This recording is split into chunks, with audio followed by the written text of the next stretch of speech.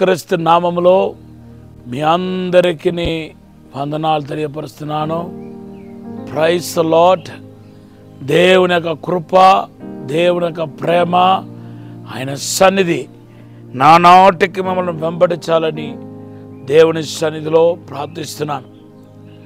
ఈ యొక్క అనుదిన మన్నా, మార్నింగ్ మన్నా అనే ఈ కార్యక్రమాన్ని వింటున్న మీ అందరికీ కృపాక్షేమం వెంట రావాలని, నీ శత్రువులు ఎదుట భోజన బల సిద్ధపరచాలని, మీరు చేసే బిజినెస్ కానివ్వండి, సేవ కానివ్వండి, మీ కుటుంబంలో కానివ్వండి, ఒక గొప్ప అద్భుత కార్యాన్ని దేవుడు చేయబోతున్నానని మాట్లాడుతున్నాడు. ఈరోజు దేవుడు మనకిచ్చిన వాగ్దానం యోవేల్ గ్రంథం 2వ అధ్యాయం 23వ వచనం దేవుడు మీ కొరకు వాగ్దానముగా ఇస్తున్నాడు. ఈ వాగ్దానం బట్టి దేవుడు మనల్ని దీవించిన గాక. దేవుని బిడ్డలారా, ఈ జ్ఞానుల గురించి మరొక థాట్స్ మీతో పంచుకోవాలని చెప్పి ఆశపడుతున్నాను.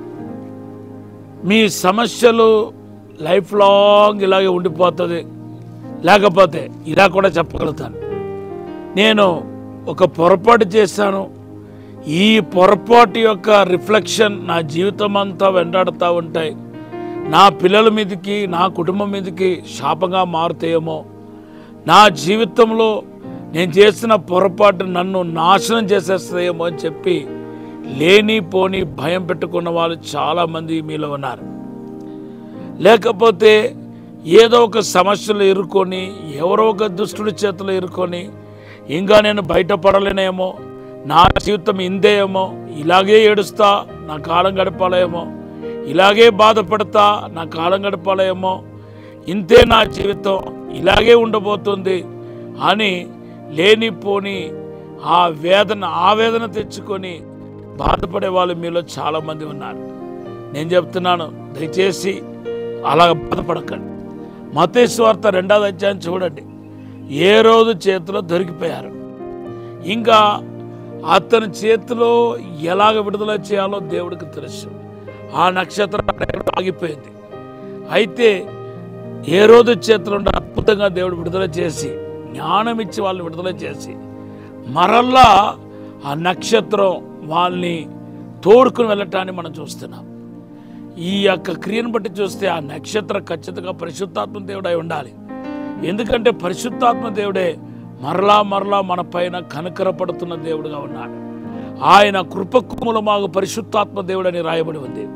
ఈరోజు ఆ కృపకు మూలమైన పరిశుద్ధాత్మ దేవుడు మీ జీవితంలో కనపడే శోధన, వేదన, బాధ అన్నిటి నుండి దేవుడు తప్పిస్తాడు. తర్వాత మరలా ప్రయాణం కొనసాగింది. మరలా యేసుని కలుసుకోగలిగారు. మరలా యేసు ప్రభువుకు కానుక మరలా దేవుడు ఇవ్వగలిగారు. మరలా వారి జీవితము ధన్యకరంగా మారింది. మరలా ఎక్కడ ఏ రోజు చేతికి దొరికితే వీళ్ళు చంపేస్తాడేమో చెప్పి దేవదూతల చేత హెచ్చరించబడి వేరొక మార్గం నుండి వెళ్ళినట్టుగా కూడా మనం పరిశుద్ధ గ్రంథంలో చూస్తున్నాం. ఈ యొక్క జీవనాల్లో పరిశుద్ధాత్మ దేవుడు మీ అందరితో మాట్లాడుతున్నాడు. దేవుని బిడ్డ, నువ్వు భయపడవద్దు, దిగులు పడవద్దు. పొరపాటు అయితే జరిగింది, నష్టమైతే జరిగింది, నువ్వు పడిపోవటం వాస్తవమే, నువ్వు నష్టపోయింది వాస్తవమే. దేవుని చిత్తం చేయకుండా, దేవునికి ఉద్దేశం చేయకుండా నువ్వు దెబ్బతినేది వాస్తవమే. నిజంగా బిజినెస్లో బోలంత డబ్బు పోగొట్టుకున్నావు, నష్టపోయావు. కానీ మరలా దేవుడిని చిగురించబోతున్నాడు. మరలా నీకు కొత్త జన్మ ఇవ్వబోతున్నాడు. కొత్త ఆశీర్వాదం దేవుడు నీకు ప్రసాదించబోతున్నాడు.